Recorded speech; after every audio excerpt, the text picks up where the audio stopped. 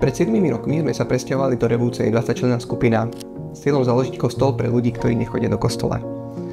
Počas tých 7 rokov sme robili rôzne misijné aktivity, tábory a rôzne udalosti, ale náš cirkevný život nedeľnejších spoločenstiev bol zúžený iba na nedeľnejšie obývačky v našich domácich bytoch a v niektorých domoch. Teraz sme sa ocitli na križovatke, kedy stojíme pred rozhodnutím, či si kúpime budovu.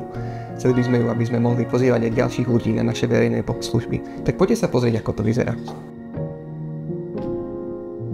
Toto je bývalá židovská synagoga, ktorá bola postavená pred 150 rokmi. Je na Železničnej ulici, tu v Revúcej, a je to priestor, ktorý je na predaj. Chceli by sme ho kúpiť a mať tu verejné bohoslužby.